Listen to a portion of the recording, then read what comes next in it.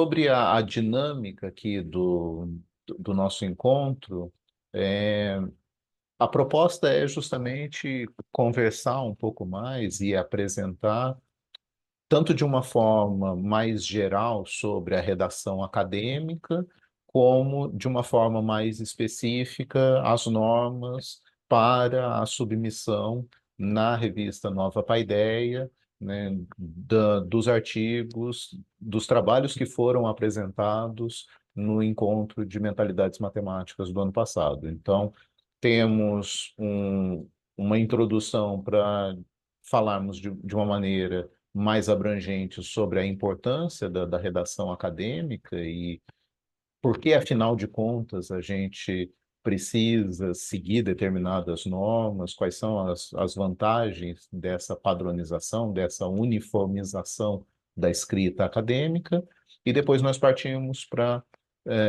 dados mais específicos sobre o modelo de documento que precisa ser seguido para a submissão dos artigos na revista. Pretendemos que seja um momento aqui de diálogo, então, por favor, a qualquer momento vocês podem, ou pelo chat, ou levantando a mão, fazer suas colocações.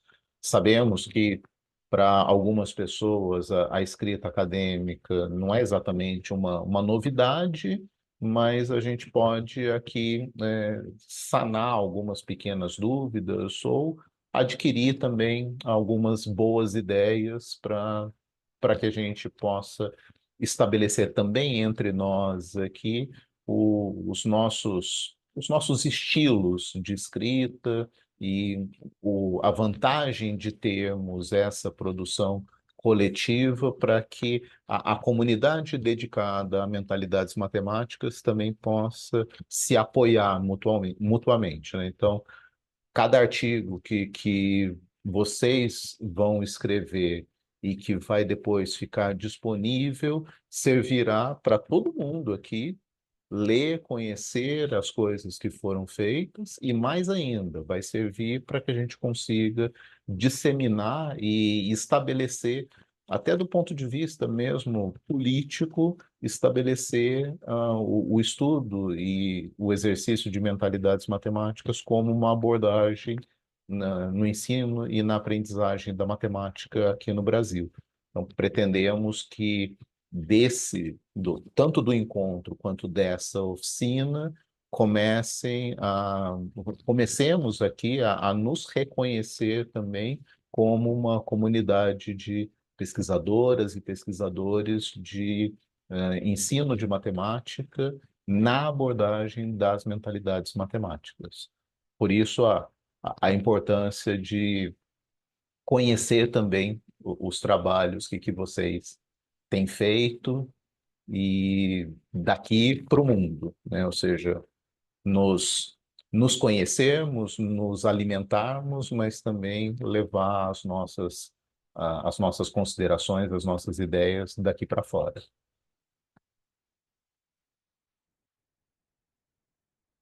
Se o Matheus quiser já iniciar os slides aí, acho que já podemos. Já podemos, né? Eu já compartilhei minha tela aqui.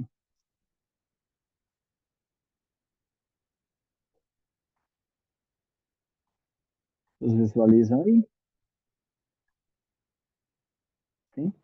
Bom, então vamos lá, né, pessoal? Como o Henrique estava comentando ainda há pouco, né, de fato, a escrita acadêmica ela não é uma escrita como qualquer outro artigo do nosso dia a dia, né, no final das contas. Vamos pensar que ele é um artigo cheio de normas, né, um formato diferente, né, por vezes formatos que às vezes são tidos até como cansativos, né? Afinal de contas, a leitura ela é toda concatenada e em busca de provar um argumento, né?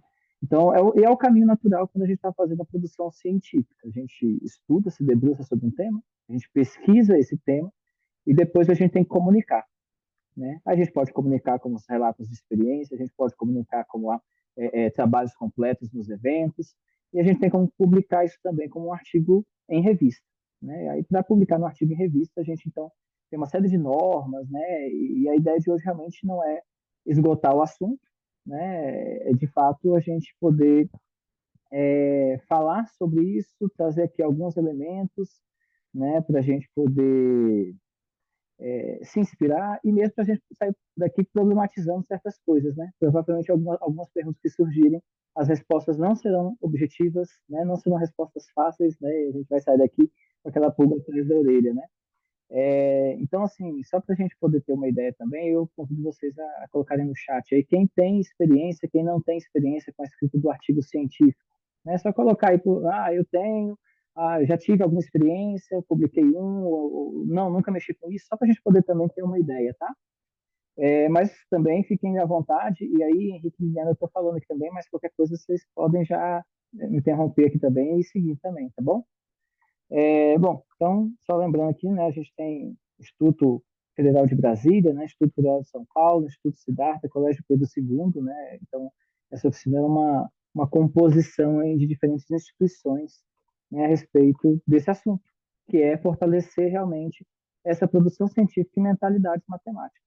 Então vamos pensar que nós temos várias revistas que a gente lê quando está lá na sala do dentista, muitas das vezes aquelas revistas lá, né, de 1980, né, 1995, né, ou a gente vai lá para o avião, está entediado, pega uma revista da companhia aérea, e vai olhar lá e tal, e você tem diferentes tipos de coluna, você tem diferentes tipos de escrita ali, alguns com um pouco mais de humor, outros um pouco mais dramáticos, né, e tal, mas tem toda uma linguagem ali que normalmente ela prende o leitor, né, para poder ele entender o que virá lá na frente, né? E aí, o que é um artigo acadêmico? Né? O artigo acadêmico, quando a gente vai procurar na internet, a gente já vai achar mais esse modelão aqui, né? Com um título, às vezes em português e inglês logo em seguida, né? Os autores, já tem um resumo. Você pode mudar as revistas.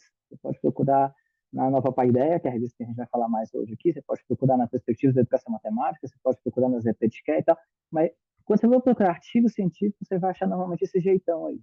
Né? Fala assim, é um jeitão mais sem graça. Né? É uma folha branca com título, um título traduzido, um resumo, depois vem uma introdução.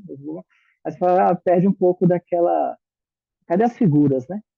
Onde estão aquela brincadeira com o leitor, né?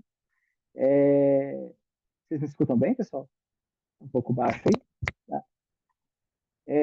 Bom, e aí, aqui eu separei, então, para a gente poder destrinchar essa estrutura de artigo científico em 8 pedaços, né? Em 8 sessões, que começa lá com o título, tá? Resumo, introdução, referencial teórico, metodologia, resultados de discussões, considerações finais e referências. Tá? E aí eu agrupei 2 a 2, porque no artigo eu diria que uma coisa que facilita muito para mim é linkar uma sessão com a outra, e todas as sessões estão linkadas, mas umas estão mais linkadas do que as outras para mim. Né? E aí eu acho que quando a gente vai analisar uma junto com a outra, vai nos ajudando a ter esse diálogo. Tá? É muito comum a gente poder iniciar uma escrita de um artigo, e aí de um parágrafo para o outro, você que está muito atento ao tema, fala que está lindo. Mas aí vem outra pessoa e lê e fala assim, eu não entendi por que, que desse parágrafo você veio para esse. Não tem uma sequência lógica. Então, por que, que você falou muito ali na frente disso e aqui você não falou nada? Né? Aqui você trocou o referencial. Então, é importante que essas sessões dialoguem. E é importante que a gente pense que o nosso artigo científico ele precisa ter essas sessões, ou sessões similares a essa. Tá? Mas essa é uma primeira questão. Se eu vou escrever do zero um artigo, eu já tenho que partir de um template, né, de um modelo que me dê essa estrutura. Ah, não, mas eu vou transformar um texto que eu já tenho lá, um relato de experiência, eu quero transformá-lo num artigo científico.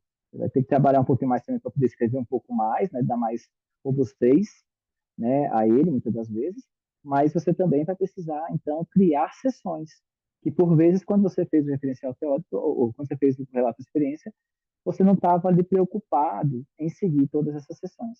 Então agora você vai falar, opa, peraí, eu vou abrir um pouco mais o meu arquivo isso aqui vai estar nessa sessão, isso aqui estará nessa outra, isso aqui estará nessa outra, e agora o restante eu ainda vou ter que produzir um pouco mais. Isso faz parte, tá? Então, Uma aqui, eu não... consideração, Matheus, aproveitando essa estrutura que você já apresentou, é que, da mesma forma como a gente às vezes já conhece onde estão as coisas que a gente quer ler, por exemplo, dentro de uma revista que a gente está habituado a folhear, então, ou algum jornal. Eu sei que hoje em dia é cada vez mais raro a gente ter um jornal impresso, mas quem ainda tem o hábito de ler o jornal já sabe onde que está a seção de esportes, já sabe onde que está a seção de cinema, já sabe onde está a seção de política, porque já tem o hábito de folhear aquele jornal que tem uma determinada diagramação. Ou quando a gente vai assistir a um programa de televisão ou da internet que já tem um determinado layout e você, mesmo sem olhar o título, você já sabe, não, isso aqui é o programa de fulano de tal, porque eu reconheço esse padrão, essa estrutura. Os artigos científicos, eles têm também, a padronização dos artigos tem essa funcionalidade de deixar todos eles com uma estrutura razoavelmente similar para que as pessoas que têm o hábito de ler artigos científicos encontrem com maior facilidade as informações que precisam dentro do texto. Então, eu já sei mais ou menos onde que está no texto o referencial teórico, eu já sei mais ou menos onde que está no texto os resultados. Essas informações, elas nunca estarão num formato muito diferente, mesmo que eu tome exemplares de diversas revistas e diversos periódicos nacionais ou internacionais. Ter esse modelo acaba sendo um facilitador também para as pessoas que vão pesquisar, porque economiza tempo na localização de determinados dados. Exato, e só isso, pegando o gancho do Henrique também, eu lembro que os primeiros artigos, né, que eu escrevi, escrevi na boa vontade, mas sem uma técnica, né, sem esse olhar sobre a estrutura do texto, né? Então, assim, justamente como a ideia da estrutura é uniformizar, que você vai encontrar realmente diferenças entre um periódico e outro, mas realmente é uma diferença de um fundo, de uma marca d'água que a pessoa colocou, né? Uma diferença, um usa Arial, outro usa Calibri, né? E tal, mas sair da estrutura já é um elemento que acaba reprovando alguns artigos, né? Aí eu vou falar, eu vou fazer da introdução eu vou para os meus dados e vou para as considerações. Aí o avaliador provavelmente vai falar, olha, não tem referencial teórico, né? Não tem consistência teórica para cá e tal. E aí eu digo isso, assim, os primeiros que eu escrevi na boa vontade, sem técnica. E sem técnica você acaba saindo do que a revista está esperando, né? E aí pegando justamente essa fala do Henrique, né, sobre você mostrar para o leitor já o que você quer, né, o que tem no seu trabalho, eu marquei aqui o título e o resumo, tá? Bom, a gente vai começar por eles, mas antes disso, só citando aqui algumas normas da BNT, né, que a gente escuta muito falar, né, quem já tem experiência com a escrita acadêmica, né, já leu muito das normas da BNT, quem não tem a experiência de escrita, talvez não tenha ainda tido contato com essas normas, ou teve na época da graduação e só não está muito familiarizado agora, né, passado um tempo e depois de formado. Mas a gente tem, a BNT tem várias normas ligadas ao campo acadêmico. A questão é que algumas, para o caso do artigo, são mais úteis do que as outras, né? Vamos dizer assim. Então, a gente separou aqui a 6022, que vai tratar de artigos científicos, a 6023, que é de referências, tá? 6028, que é do resumo, 10520, que foi atualizada ano passado, mudando as normas de citações, tá? E a 14724, que é de trabalhos acadêmicos. Aí você tem norma de projeto de pesquisa, tem norma de índice, tem norma de sumário, tem norma de numeração progressiva. Mas deixamos marcados aqui em azul as que mais se aplicam ao que a gente está buscando aqui hoje, que é produzir os artigos científicos, né? Então, assim, se eu quero trabalhar com um artigo de uma revista, eu tenho que me atentar, então, à NBR 622, eu tenho que fazer as referências de forma adequada, tenho que fazer as citações de forma adequada. Aí você fala assim, ah, inclusive tem norma de resumo, né? Porque o resumo também não é um resumo livre, né? Não é um resumo apenas sintetizando o teor de uma forma desformatada, vamos dizer assim, né? Não é uma livre criação, né, da sua elaboração pessoal. Então, aqui, título e resumo. Primeiro, o que seu trabalho trata? Vamos pensar, qual é o título ideal do meu trabalho? Não tem um título ideal. Mas o que seu trabalho trata? O que sua pesquisa trata? Né? Sobre o que ela fala? Qual é o objeto principal? Ou, de repente, qual é o objeto principal e essa experiência foi feita com que etapa escolar? Tá? Pensa que na infinidade não, né? Alguém da matemática fala infinidade para artigos científicos, não, nos inúmeros artigos científicos que você vai encontrar, né? Na grande quantidade de artigos científicos que você vai encontrar, você vai encontrar muitos e muitos sobre um tema parecido. E aí o título bem elaborado, ele já vai fazer o seu papel de encantar o leitor. Você vai ser mais lido se você já no seu título começa a convencer o leitor que seu trabalho ele é relevante, ele está com o público que a pessoa está procurando, né? Ele tem o objeto bem definido. Então, eu quero falar de criatividade matemática. Mas eu quero falar o que da criatividade matemática? Eu quero fazer um artigo teórico sobre os conceitos. Então, talvez eu possa colocar criatividade matemática. Conceitos, potencialidades e limitações, né? Ou eu posso falar desenvolvendo pensamento crítico e criativo em matemática dos estudantes, uma experiência com alunos de um ensino médio. Né? Então, você vai tentar sintetizar realmente o que tem de principal do objeto da sua pesquisa, né? E, se você achar que convém ali, fazer um refinamento com o subtítulo, né? Colocando, então, qual é o nicho que você desenvolveu a pesquisa. E o resumo, né? Como está aqui das normas, né? Da BNT, o trabalho que informa finalidades, metodologia, resultados e conclusões do documento, de tal forma que possa, inclusive, dispensar a consulta original. Olha só, pessoal, o resumo, segundo a BNT, né, para o artigo, a gente vai trabalhar informando finalidade, ou seja, vai informar o objetivo, a metodologia do trabalho, os resultados encontrados, né? As conclusões do documento. Então, não é um resumo livre, como eu tinha mencionado. Então, necessariamente, eu trago essas três mensagens quando eu proporciono a escrita de um resumo acadêmico. Então, aqui, a gente separou três artigos, tá? Esses três artigos aqui, eles são da revista Nova Paideia, que é o que a gente está procurando publicar, né? Que é o que a gente está querendo escrever o nosso artigo e ir lá fazer a publicação. Então, eu peguei três artigos aqui. O exemplo 1, o artigo é Discursos de Licenciados em Matemática, ideias emergentes sobre a utilização de tecnologias digitais durante a pandemia. Se a gente abrir esse arquivo aqui, vamos pensar o seguinte, eu vou lá no resumo, e aí, olha só, em 2020, o mundo foi surpreendido por uma doença que demandou mudanças de vários aspectos. Aí ele problematizou, né? Trouxe um gancho aqui. As alterações na dinâmica escolar foram raras, tal, tal, tal. Aí vem, frente a essa realidade, para dar continuidade nesse necessário de migração, tal, tal, tal. Neste contexto, o presente estudo tem como objetivo analisar isso, isso e aquilo, percebe? Então, o resumo ele fez ali uma breve introdução, uma breve contextualização para chamar a atenção do leitor do porquê que ele está fazendo aquilo, mas logo em seguida ele fala, olha, então o objetivo é esse. Inclusive, esse mesmo texto de objetivo, depois está escrito lá na frente no texto, né? Mas então aqui, ele lista o objetivo. Aí ele fala, olha, analisar os discursos de licenciados em matemática de uma universidade pública federal em relação ao uso de tecnologias digitais na pandemia da Covid-19. Depois do objetivo tinha o que lá? Metodologia. Aí ele vem, ó.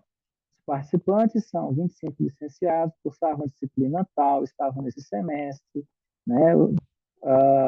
Opiniões e reflexões no mural coletivo digital Padlet, ferramenta digital tal. Então aqui ele já vai falar com quem ele fez, de onde essas pessoas eram, qual o caminho metodológico, os instrumentos de pesquisa ele utilizou, né? E depois que eu já coloquei objetivos e metodologia, eu tenho que apresentar alguma coisa dos resultados, né? Claro que no texto você vai apresentar isso, muita coisa, mas aqui o desafio é escrever em duas, três linhas o que você encontrou nesse seu artigo, né? E aí depois você vai ter aqui, então, ó, como resultado, os discursos dos licenciados apontam que discutir tecnologias digitais no contexto pedagógico demanda de várias problematizações que vão muito além da aquisição de equipamentos e acesso, mas que envolve especialmente proteção, tal, tal, tal. Aí, veja, se eu estou procurando um artigo da minha área para poder estudar um pouco mais e pesquisar um pouco mais, eu leio esse título, e ver se esse título me chama atenção. Opa, bacana. Depois eu venho no resumo, e no resumo eu espero encontrar qual foi o objetivo da pesquisa, qual foi a técnica, o caminho metodológico seguido, e quais foram os resultados encontrados. Porque aí eu vou falar, esse artigo serve para mim. Ou então, não, esse artigo aqui, embora seja desse tema, eu estou querendo trabalhar com uma outra perspectiva metodológica, ou estou querendo trabalhar com uma outra etapa escolar, não é o que eu quero. Aí eu descarto, né, então. Mas veja que no resumo é esperado isso. Se eu pegar aqui o exemplo 2, é um outro artigo da revista. Olha lá, ó. A gente começa aqui também com uma problematização, depois vem, ó. O presente artigo buscou analisar as experiências. Tá, tá, tá. Então, aqui, objetivo, né? Depois disso, ele tem, ó, realizado a investigação que abordou 2 edições do programa, uma presencial, uma formato remoto, né? A metodologia baseia-se na análise textual, discursiva, como ferramenta de coleta de dados utilizada nos relatórios de atuação docente, tem metodologia. E depois, ah, então o PRP apresentou pontos congruentes e adversos. Entretanto, ambos foram determinantes na construção de uma identidade docente sólida, consciente e alinhada com os conceitos da educação básica. Resultados. E aí você fala, mas eu quero saber mais desses resultados. Sim, aí você lê o artigo, né? Porque então no resumo ele já te fez a propaganda. Então, para vocês verem que essa coisa acontece. Ó. Exemplo 3, o terceiro artigo lá, retirado também na nova Paideia. Esse aqui já nem fez a problematização inicial, já falou logo qual é o objetivo principal, né? Depois, ponto de vista metodológico, já se enquadrou logo qual é o tipo de metodologia e como que a pesquisa foi realizada. Depois, ele já fala aqui também, ó, o que proporcionou com essa, o que ele conseguiu alcançar com essa pesquisa, certo? Então, são 3 elementos que aparecem, né, na nossa estrutura de resumo e que quando a gente for fazer então o resumo do nosso artigo, a gente também vai precisar considerar. Agora, uma sugestão é, faça por último, né? Aí você primeiro vai fazer lá sua introdução, vai desenvolver sua metodologia, né, seu referencial teórico, vai fazer sua metodologia, vai encontrar seus resultados. Aí depois você vai tentar fazer esse textinho que é pequeno, né? E percebe que ele é um texto também de, cadê aqui? Uma sequência de frases concisas em parágrafo único, né? Viram lá também nesses exemplos que eu não tenho vários parágrafos, né? Resumo, começo. Sentenças curtas para poder ficar de fácil leitura e fácil entendimento, né? E ele é corrido, né? Aqui, na norma está aqui de 100 a 250 palavras, isso aqui às vezes varia um pouquinho de uma revista para outra, mas ele é curtinho mesmo, tá bom? Não sei se alguém quer complementar aí também, Henrique, Liliana, fica à vontade. Eu só queria frisar essa questão que tu já disseste, Mateus, que o resumo é a última coisa a ser feita. A penúltima é a introdução e a última é o resumo, não é?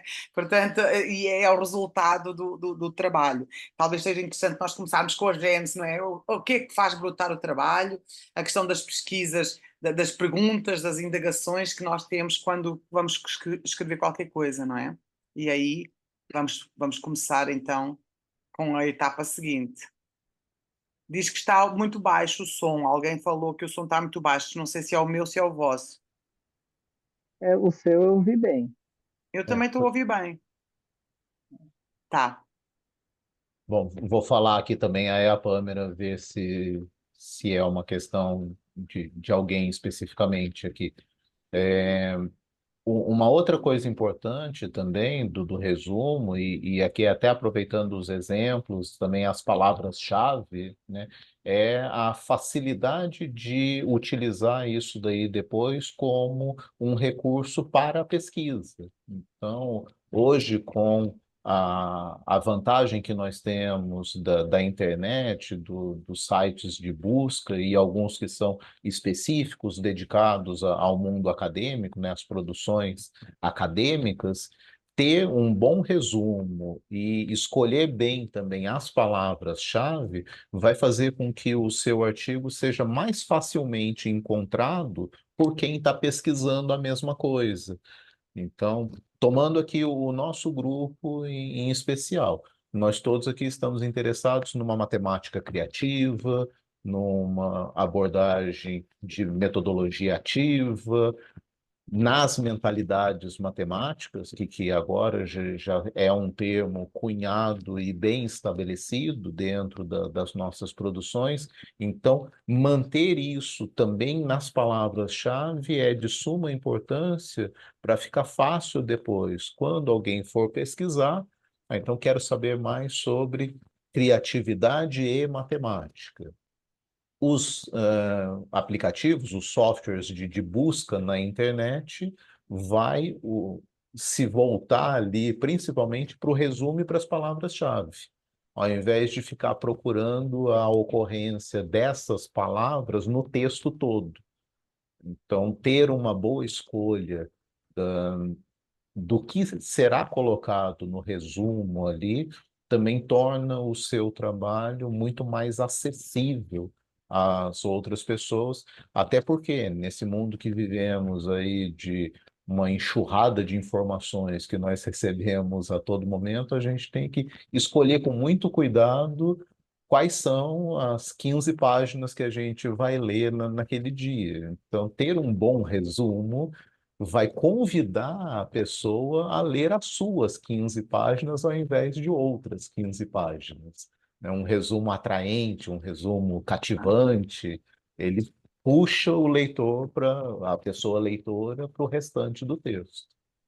Para completar, Henrique, o resumo é o marketing do artigo, não é? Está assim dito de uma forma breve. Vamos continuar então com o Mateus. Exatamente. E também tem isso, né? Quando a gente está escrevendo, a gente procura o artigo dos outros. E a gente quer um resumo bem escrito, porque a gente quer olhar essa propaganda e falar, eu quero ou não quero. Né? Aí eu li o artigo e falei assim, poxa, esse artigo não serviu para mim, né? Não queria. Mas aí eu também, então, tenho que ter responsabilidade de fazer um resumo também legal e que entregue nessa mesma qualidade para outra pessoa que está escrevendo. Então, hora eu estou procurando a leitura, hora a outra pessoa está procurando a sua escrita para poder fazer a leitura. E também te citar, né? Afinal de contas, quando você publica o artigo científico, você é o teórico daquele momento com aquele assunto, não é? E a partir daquele trabalho, outras pessoas poderão fazer outros trabalhos. Né? Então, a gente escreve um artigo científico e depois a gente vai ser citado por isso. Né? Bom, e aí o outro parzinho, né? Eu tinha falado ali primeiro de título e resumo, então o outro parzinho aqui é de introdução e considerações finais, né? Peguei lá o início do texto mesmo, vamos dizer assim, da parte textual mesmo, e o final. Tá? Então, o que a gente espera quando a gente tem lá uma introdução, uma sessão que é de introdução e uma sessão que é de considerações finais, né? Que para alguns ali ainda vão chamar de conclusões, né? Mas as considerações finais suavizam um pouco mais, porque as coisas são, né, muito mudam, né? Tem uma transitoriedade muito grande, né? E de fato as pesquisas muitas vezes elas não se encerram ali, né? A gente justamente coloca um tijolinho, né? Naquela parede toda de conhecimento, tem que ter outra pessoa colocar mais um tijolinho. Mas então a gente tem aqui a introdução. Eu gosto de pensar que algumas perguntas elas nos ajudam aqui a refletir o que escrever. Né? Então, por que você considera relevante a pesquisa ser apresentada no artigo? Quais os dados, as pesquisas ou matérias jornalísticas demonstram isso? Então, por exemplo, eu posso querer fazer um texto que vai propor, né, uma metodologia diferenciada no ensino de matemática. Olha, se eu pegar os dados do PISA, por exemplo, ou se eu pegar os resultados da prova Brasil, se eu pegar o resultado de um outro indicador, de uma fundação, que mostra que a educação matemática no Brasil ela não está legal, né? A gente precisava alcançar outros níveis e a gente ainda não alcançou. Opa, isso já parece ser um argumento que justifique por que as pesquisas em educação matemática são pertinentes, são necessárias. Então, que mais? De vez em quando sai lá uma matéria jornalística, há três em cada. Eu posso pegar da própria matéria jornalística. Agora, às vezes a matéria jornalística até cita o estudo. Eu posso ainda pegar o estudo, vou lá, já aprendo um pouco mais ali, pego direto na fonte e trago para cá. Né? Então, você tem o argumento de falar, olha, é importante. E que tipo de dado ou que tipo de documento ratifica essa sua opinião? Tá? Vamos pensar que você começa a escrever a introdução com a sua opinião. Mas quando você traz os dados e os autores que ratificam isso, você está falando que aquilo ali é um fato. Né? Você está dizendo, olha, isso aqui acontece segundo o que eu estou dizendo, baseado nessas leituras que eu fiz. Né? Outra questão, como a pesquisa ser apresentada no artigo contribui para a área? Então, em que medida isso que você escreveu contribui para a área acadêmica, né, para a área de pesquisa, ou para a escola, para o chão de escola, para a política educacional, né? Então, como a pesquisa que você está trazendo para cá, ela contribui para a área em quaisquer sentidos que você julgar pertinentes, né? E a outra pergunta é qual o objetivo da pesquisa a ser apresentado? E não sei claramente no último parágrafo, aqui uma sugestão, tá? Deixei o objetivo aqui em verdinho, porque no próximo slide a gente comenta um pouco mais sobre o objetivo. Mas assim, É, a gente. Alguém vai falar? Mateus, não, Oi. era só uma coisa que eu acho que é muito importante, é a questão da relevância.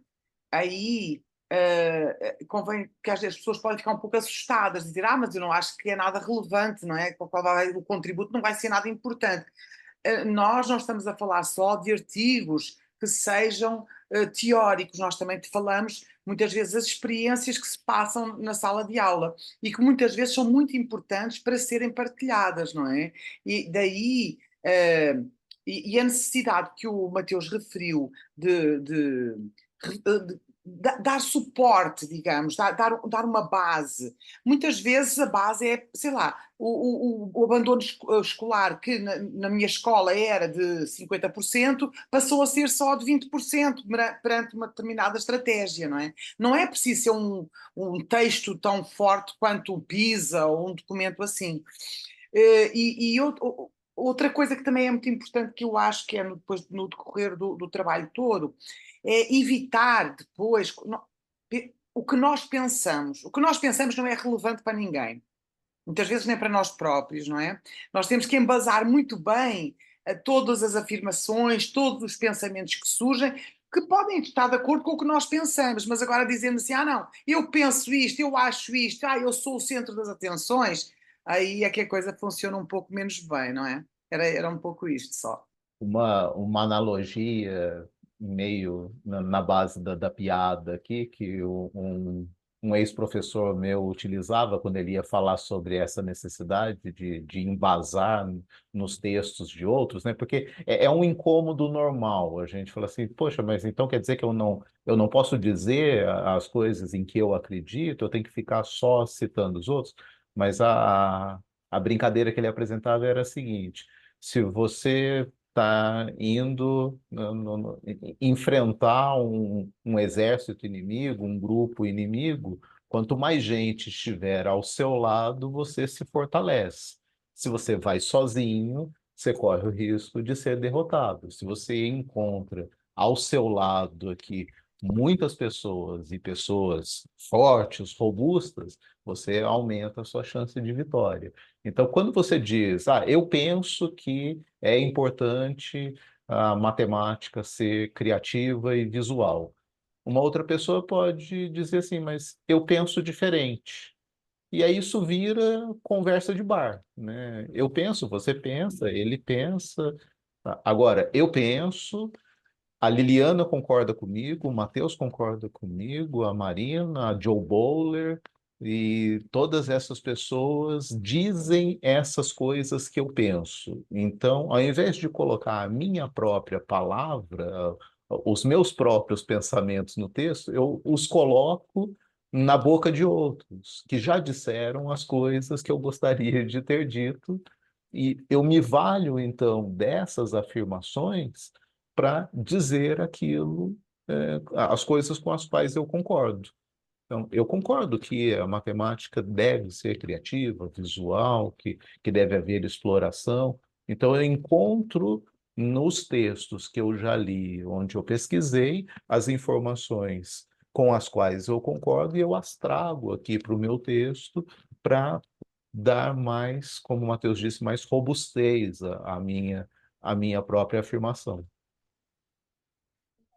Isso. E tem essa questão, né? Tem um ex-aluno que me falava isso até ano passado, mas é, professor, mas eu penso isso. Eu falei, mas baseado em quê? Ele falou, não, mas é porque eu penso isso. Eu falei, não, mas assim, você não leu nada sobre isso, você não viu nada, não teve nada que te ajudou a chegar a essa conclusão. E aí é um esforço até interessante, porque a gente passa, nesse exercício de querer fazer as ideias fundamentadas, a gente produz para nós mesmos, né, argumentos que são mais sólidos, né? Porque se eu penso assim por quê? né? O que que eu li, o que que eu estudei, e o que que eu tive acesso que me fez chegar a essa conclusão. E a questão é que o texto vai voltar por escrito, né? Mas é um exercício realmente que ajuda bastante a gente refletir sobre coisas que às vezes a gente pensa que é assim, como o Henrique está na conversa de bar, mas essa conversa de bar ela pode ganhar essa cientificidade, né?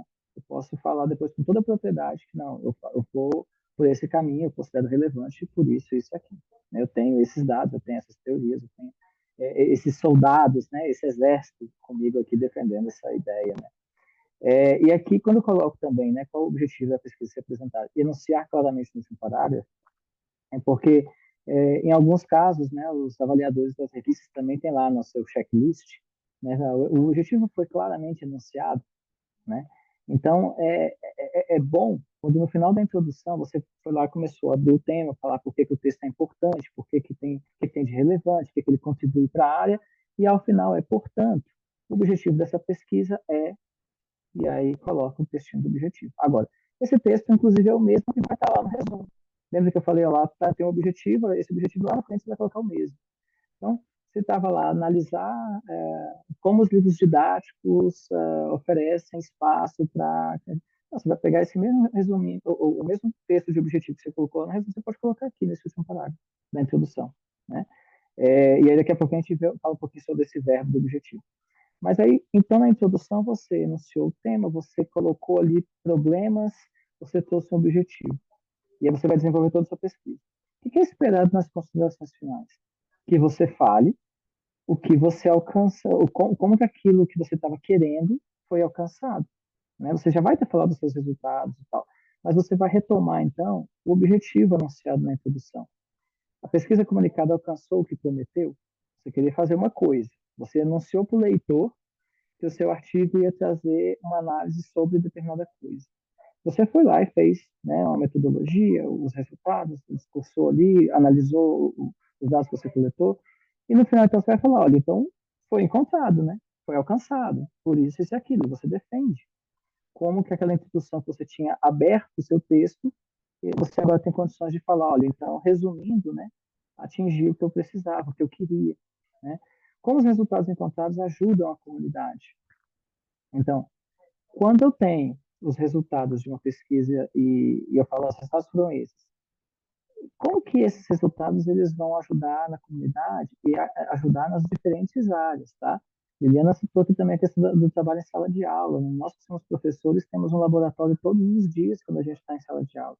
E não é um laboratório pensando nas cobaias, não. É laboratório do ambiente rico que nós temos de experiências, né? Cada vez que a gente entra em sala de aula, a gente tem um ambiente rico, onde eu consigo perceber muitas e muitas coisas e onde eu consigo propor muitos e muitos melhoramentos de prática. A questão é estarmos com os olhos preparados para isso. Né? A questão é da gente entrar em sala de aula com a intencionalidade de interpretar aquele espaço como um espaço de permanente aprimoramento. Mas aí, então, eu vou lá e faço minha pesquisa e falo, beleza, essa pesquisa aqui me ajuda a compreender que em sala de aula posso ir por esse caminho. Que durante a atividade matemática escolar, posso oferecer determinados tipos de atividade. Né? Então, nas considerações finais, a gente vai ter condições de mostrar para as pessoas como que aquela pesquisa ela contribui ali para a comunidade. Né? E também quais são as limitações da pesquisa. Aponte as limitações e, se possível, indique outras pesquisas que podem ser realizadas futuramente. Acredito que todo mundo aqui já viu aí navegando na internet, no Facebook, no Instagram, em outras redes aí, aqueles velhos memes de expectativa e realidade, né? A gente tem lá expectativa de qualquer coisa, é sempre muito bonito, né? Tudo redondinho, colorido, né? E a realidade, a coisa já não é assim, né? Tem alguns acadêmicos mesmo, assim, a expectativa e realidade, né? A tese, a dissertação, aquela coisa maravilhosa, e depois aquela coisa já meio com um band-aid ali, com uma costura, né? Mas é por quê? Porque a pesquisa é uma atividade humana, né? A gente está lá fazendo assim, quando a gente está fazendo uma pesquisa que é na área educacional ainda por cima, a gente está falando de outros seres humanos, tem outras tantas variáveis que fogem do nosso controle. Então, às vezes eu pensei numa pesquisa, queria fazer, mas ela não conseguiu ser realizada da forma que eu idealizei no início. Mas nem por isso ela vai perder seu valor. Na verdade, é uma dificuldade mesmo. Então, Eu faço uma pesquisa onde eu quero desenvolver um clube de leitura de popularização de matemática. Aí eu penso, eu falo na minha amostra lá, eu quero fazer isso com 30 pessoas. E aí na minha cabeça, eu penso o seguinte, eu vou chamar os meninos no contraturno da escola, eles vão lá uma vez por semana, eu vou reunir, vou fazer uma discussão dos livros e tal, e aí eu vou coletar os meus dados. O tempo vai passando, vamos supor, eu faço isso aí bem perto das férias do meio do, bem perto de final de bimestre, trimestre, né? Aí, primeiro dia vai 30, eu falo, maravilha. Segundo dia vai 25, terceiro dia vai 22, do quarto dia em diante vão 5, né? Porque as provas foram deixando a situação escolar mais difícil, né? Os meninos tiveram que se dedicar à aprovação, então já estavam lá de olho nas férias e tal. E é uma limitação. Qual foi a limitação da pesquisa? Talvez o tempo, que eu fiz a pesquisa longa demais, ou talvez o fato de ter feito no contraturno, ou talvez o fato de ter feito é, perto de fim de bimestre, né, onde tinham provas finais ali daquele período escolar. Reconhecer as limitações do porquê que a pesquisa, o que foi difícil na pesquisa para ser operacionalizada. Você também vai ajudar o leitor quando ele for fazer outras pesquisas, né? E também pesquisas podem ser realizadas no futuro. Quando a gente faz a nossa, a gente fica cheio de ideias, né? Fala assim, nossa, isso aqui poderia investigar também isso aqui, também poderia pegar e fazer uma análise sobre os alunos, se eles gostaram ou não gostaram disso, eu poderia fazer uma análise sobre a relação entre eles, poderia fazer uma análise sobre o clima de sala de aula, só que não dá para analisar tudo de uma vez. Aí a gente pode mencionar isso nas considerações finais. Outras pesquisas podem ser empreendidas, né, com vistas a entender isso e aquilo, e a gente vai deixando aí pistas de outras pesquisas que você mesmo pode fazer no futuro, ou outras pessoas, ao lerem seu trabalho, podem se inspirar e fazer pesquisas nessa mesma linha, né? Então, basicamente, a gente tem aí esse diálogo, que é de abertura do tema e de fechamento daquilo que você propôs a fazer. Até porque há uma coisa também que tem que se ter em consideração, que é o número de páginas.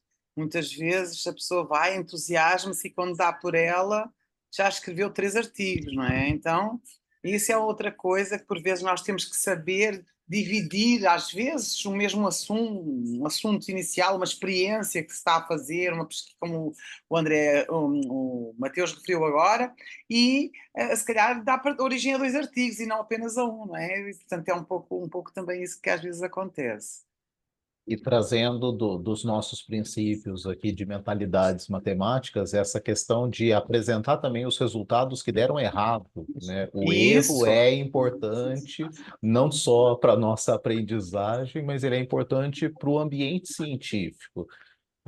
Às vezes pode parecer estranho, né? Então eu vou mostrar para as pessoas o que não deu certo, eu não deveria colocar aqui só as coisas que deram certo.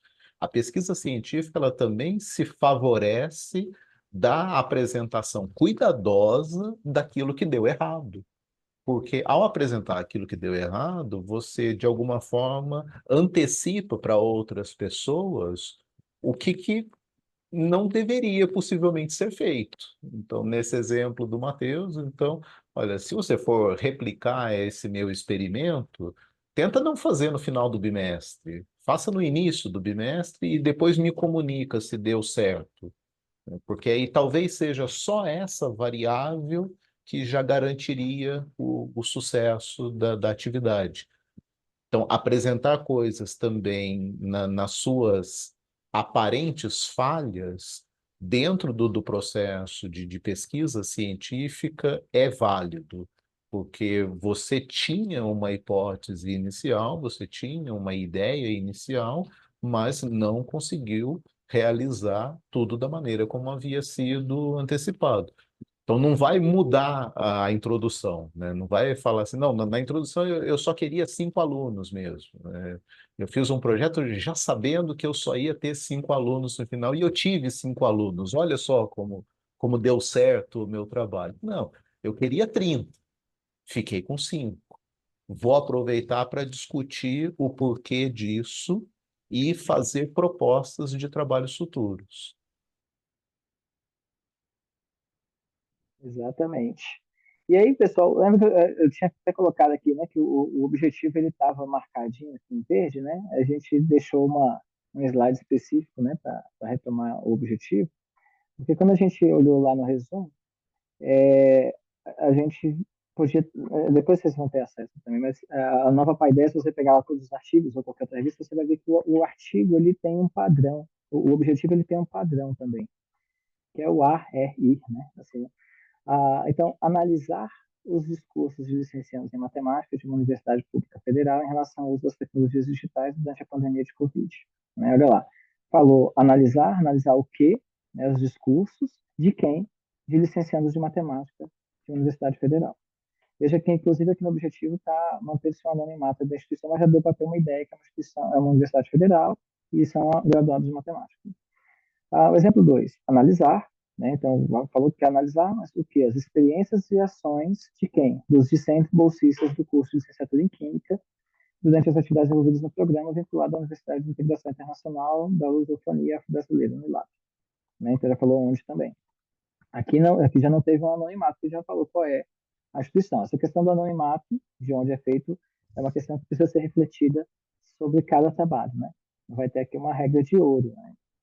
Muitas das vezes você vai contar na literatura falando, olha, vamos manter o anonimato local, porque os resultados também podem ser resultados que não são os resultados mais que fazem a melhor propaganda, às vezes, de um lugar, né? E aí, por vezes, vai falar, olha, mantém o anonimato, vai falar, às vezes, da dificuldade de pessoas no aprendizado, vai falar do baixo aproveitamento de uma instituição, tá? Então, às vezes, você opta pelo anonimato, e às vezes você tem condições de também esclarecer de onde você está falando, né? E o exemplo 3 aqui, identificar, né? Então, quer identificar, beleza, o que? As abordagens pedagógicas empregadas no processo de alfabetização de crianças nos anos iniciais do ensino fundamental por parte de professores que trabalham em escolas públicas do Rio Grande do Sul, né? Aqui também deixou um pouco abrangente. Mas repare aqui que é analisar, identificar. Né? Uma coisa que marca o objetivo é a escrita do verbo no infinitivo, né? Lilian? Era uma questão que eu queria pedir sobre o objetivo, e tu falaste agora na questão de identificar ou não as instituições, tendo a ver com o tipo de pesquisa, que é, por vezes, certas pesquisas obrigam a submissão a um comitê de ética em pesquisa. E muitas vezes nós, quando estamos à partida, eh, nós começamos a pesquisa sem se fazer essa submissão. E muitas vezes isso obriga-nos a alterar o objetivo da pesquisa. Em vez de relatarmos de uma certa forma, temos que dar um enfoque, uma vez que não fomos ao Comitê de Ética, nós precisamos mudar o foco da pesquisa e o objetivo passa a ser outro. E isso é um aspecto muito importante, não agora, como é evidente, para o artigo da revista, mas quando vocês quiserem fazer uma pesquisa que necessite de passar pelo Comitê de Ética, tem que ser muito estruturado, fazer o projeto, apresentar ao Comitê de Ética atempadamente antes de ir para o terreno, porque senão isso pode inviabilizar a pesquisa e a publicação em certas revistas, não é? Não era só essa a chamada de atenção. Perfeito, perfeito, Lilian. E aí aqui, pessoal, outros verbos que podem ajudar, né? Tem aqui uma listinha de verbos. E também, se você colocar no Google aí, né? Coloca na internet aí, verbos para objetivos, vocês vão encontrar muitos dos verbos, né? Todos no infinitivo, né? A gente vai encontrar, mas é justamente com essa ideia de nos inspirar sobre como escrever o objetivo. Às vezes a gente não sabe o que a gente vai usar, porque vai usar analisar sempre, né? A gente vê analisar com muita frequência. Mas vai analisar, mas será que eu estou analisando mesmo? Então, você vai encontrar outros verbos que podem te ajudar a definir qual é a palavra-chave do seu objetivo, né? Como é que você vai começar o seu objetivo? Você vai aplicar alguma coisa, você vai discutir, você vai analisar, você vai articular. Então, aqui, na verdade, é uma lista de verbos, mas apenas para dizer que na internet facilmente a gente encontra listas de verbos para objetivo, né? E aí cabe a cada autor aqui, né, autor, autora, a refletir, né, sobre qual é o verbo que melhor reflete aquilo que está sendo comunicado em seu artigo, né? Henrique? Uma sugestão também para o objetivo é pensar que ele precisa ser algo que você mostre no seu texto que foi cumprido. Então, não prometa algo que você não possa cumprir ali no próprio texto. É comum também, principalmente com estudantes de graduação, né, uns objetivos do tipo: eu vou convencer as pessoas de que isso é importante. Você não consegue verificar se você convenceu alguém, a não ser que você faça, depois disso, ainda uma outra pesquisa, entrevistando essas pessoas e verificando se elas mudaram de ideia ao ter lido o seu texto. Mas o texto sozinho, ele não garante o convencimento, ele não muda a prática de ninguém. Então, pensem sempre em objetivos que o próprio texto consiga dar o cumprimento dele. Então, se você prometeu que iria analisar, mostre uma análise. Se você prometeu que iria listar os elementos de mentalidades matemáticas encontrados nos livros didáticos aprovados pelo PNLD, liste. Se você prometeu que ia identificar as abordagens pedagógicas, identifique. Porque é exatamente isso que vai ficar sempre na espera da pessoa que está lendo o seu texto. Ele prometeu, ela prometeu fazer isso, então ela tem que fazer em algum momento do texto. E lá nas considerações finais, só aproveitando que a gente já comentou das considerações finais, mas nas considerações finais aproveita para jogar um pouquinho de confete na sua própria cabeça também, né? Então diz assim, olha, eu prometi que ia analisar, eu analisei. Está aqui a análise que foi feita. Esse resgate também do objetivo nas considerações finais e o cumprimento dele ao longo do texto. Exato. E vamos lá, seguindo para o outro parzinho, né? Pensando nessa questão de ficar, né, esse jogo de pares aí da estrutura, aqui tem um referencial teórico e as referências, né?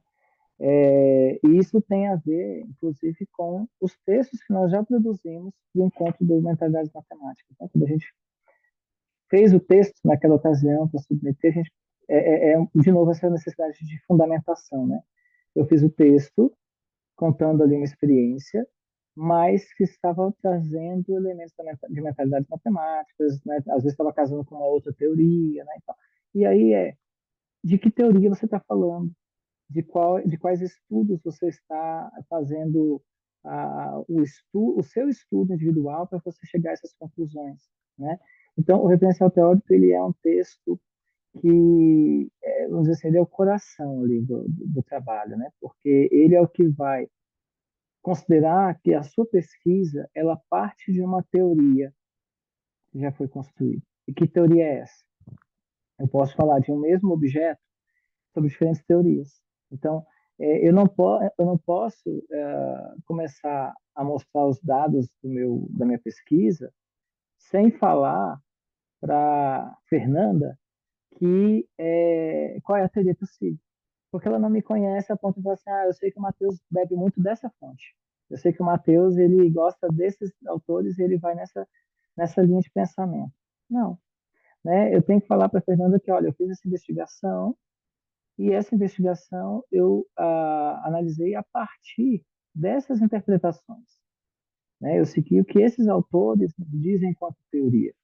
Então, aqui, a pesquisa apresentada foi realizada a partir de quais teorias, né? Aqui, outras pesquisas foram realizadas sobre a temática apresentada no artigo, indique os resultados que obtiveram, né? Então, inclusive, quando nós já tivermos, por exemplo, o número da Nova Paideia com nossos artigos lá, vai ser uma coletânea de artigos de mentalidades matemáticas. Olha como isso também nos ajuda a fazer trabalhos futuros, porque ali você já vai encontrar facilmente autores que tratam de uma teoria que é ligada a mentalidades matemáticas, né? Então, ali eu já posso falar tanto das teorias descrevendo a teoria em si, mas eu também posso falar de outras pesquisas que foram feitas que foram parecidas. Porque também tem isso, eu posso partir de um mesmo objeto, mas a minha pesquisa vai ser diferente da Marina, que vai ser diferente da pesquisa da Liliana, que vai ser diferente da pesquisa do Henrique, né? Porque tem padrão na pesquisa? Tem, né? Tem muita coisa padronizada. Mas as opções do pesquisador sobre como ele vai coletar esse dado, sobre qual é a tua amostra, sobre como que ele vai analisar, essas coisas elas diferem muito, né? Então aqui a gente vai ter uma escrita que ela é densa no aspecto de falar, olha, são desses autores que eu estou tirando essas impressões, essas teorias, esses achados. Inclusive eu vou fazer pesquisa que vou falar, olha, Inclusive, eles acharam esses resultados. E depois, na sua pesquisa lá na frente, você pode falar se você encontrou resultados parecidos ou não. Né? De repente, você vai falar, olha, e aí os resultados que eu encontrei divergem da pesquisa realizada por fulano. Provavelmente, aí você vai ter condições de explicar alguma coisa, né? Então, provavelmente porque a área da escola era diferente, né? A cultura estabelecida ali de rotina, ou núcleo familiar, então você vai ter várias diferentes variáveis, inclusive para nos permitir hipotetizar, inclusive lá na frente, nas considerações finais, se você puder falar. Outras pesquisas podem ser realizadas também, com vistas a fazer tais comparações. Né? E Eu aí, queria só, se pudesse, dizer uma coisa sobre as referências, Mateus. uhum, Um, Só salientar duas coisas. Primeiro, a importância de termos referentes sólidos, não é? Muitas vezes há uma tendência, hoje em dia, sobretudo hoje em dia, com a questão da internet, a pessoa lê um artigo qualquer na internet e acha que isso é uma fonte viável, que é uma fonte sólida. Obviamente que há artigos de internet que são boas fontes, mas aí tentar sempre ir buscar algo que esteja publicado numa revista sólida. Outra questão é a questão de utilizar a citação da citação, isto é, o autor é referido, o autor Henrique é referido num artigo do Mateus, e é fácil encontrar o original que o Henrique escreveu. Então, sempre que possível e que seja fácil, vamos procurar o artigo do Henrique para citar a primeira fonte e não uma segunda fonte. Também outra coisa que é importante é evitar a citação de si próprio. Acontece às vezes um pouco aquela coisa da pessoa andar ali assim um pouco a citar os seus trabalhos, o que não é elegante nem muito correto. Embora em certas linhas de pesquisa até acaba por se cair nisso, porque é pioneiro, mas tentar então ir aos pioneiros, aos mais velhos. E uma coisa que eu acho muito importante, que tem a ver com esta questão do referencial teórico, que também está relacionado com a questão das citações, que é o seguinte: nós temos um artigo, e isto é uma coisa que eu chamo muita atenção para quem não tem a prática de escrita, que é eu estou a ler um artigo da Joe Boller, por exemplo, e há uma coisa, uma frase que eu acho muito legal, que eu acho que está de acordo com aquele contexto em que eu quero descrever no meu artigo. Então eu vou já colocar essa frase entre aspas, já com a citação de onde é que eu fui tirar aquela frase, vou já colocar de acordo com as normas, posso não pôr de acordo com as normas totalmente, não é? Mas ponho já o livro X e pôr já a página, porque depois, quando eu quero finalizar, a coisa fica muito mais simples, porque senão eu tenho lá ideias que são de outras pessoas, eu não sei de onde é que elas caíram, começo a ficar aflito, corro o risco de ser acusado de plágio, não é? Então, essa organização, eu, por exemplo, faço muito isto. Quando estou a escrever, eu escrevo em vermelho o que é de origem de outras pessoas e vou pondo a azul o que é da minha lavra, não é? Aquilo que eu penso sobre o assunto. E vou pondo a vermelho a propósito disto. O Manel pensa sobre assim, assim, assim, cito o Manel, pronto, em que artigo é que eu li? Mas depois, a seguir, eu fui ler um outro livro, por acaso, cair um outro livro de um outro autor que nem fazia parte do meu referencial, mas que ele está a dizer exatamente o que eu penso. E acrescento, não tem problema isso. Agora, eu acho muito importante é ter um método em que nós vamos registrando logo onde fomos tirar as ideias mais importantes para ficarmos com as referências, porque todas as afirmações polémicas que se fazem num artigo têm que ser fundamentadas, não é? Eu dizer assim, os alunos têm mais facilidade se aprenderem uma matemática visual. Ué, quem é que disse isso? Então eu sei porque eu li isso no artigo da Jo. A neurociência mostra que. Pá, pá, pá, pá. Então eu vou buscar ao livro da Jo onde ela citou isso. Ou outra coisa do género. Pronto, era só este pequeno à parte.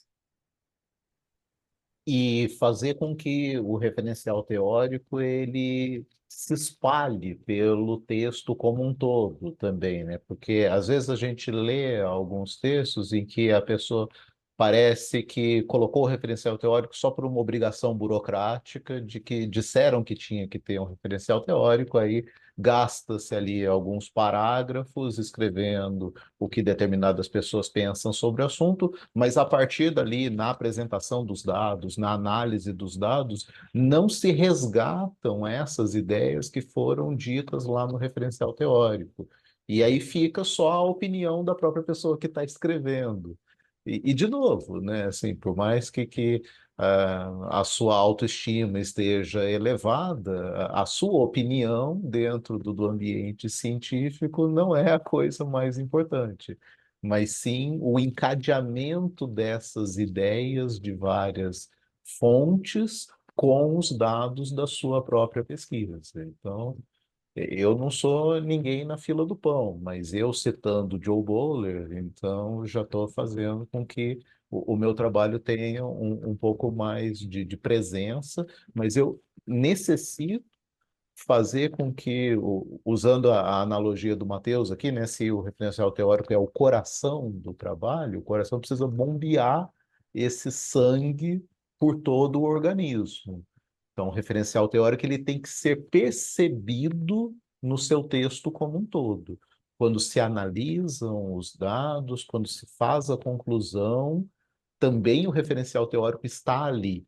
Apesar de existir uma seção específica para ele, ele precisa ser visível, ele precisa ser identificável ao longo do trabalho, até para não cometer, às vezes, algum equívoco de você dizer coisas que chegam até a contrariar com o referencial teórico que foi apresentado anteriormente.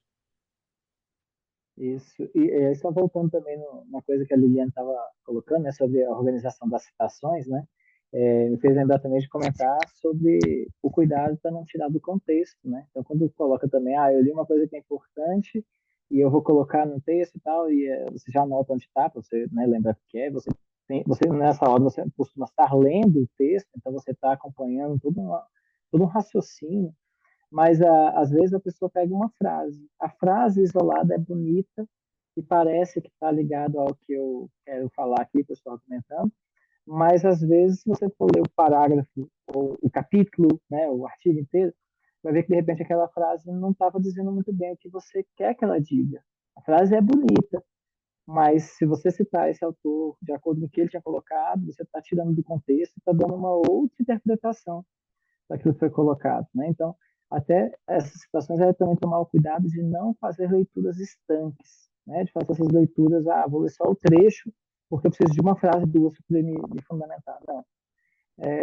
Infelizmente, é aquela coisa, vai ter que ler tudo. Agora, felizmente, é que quanto mais a gente lê, mais a gente tem propriedade para falar desses assuntos que a gente está escrevendo, né? Então, assim, procurem não fazer essas buscas de frases isoladas, né? Até porque, se a gente pensar bem na internet, tem muitas e muitas frases associadas a Albert Einstein.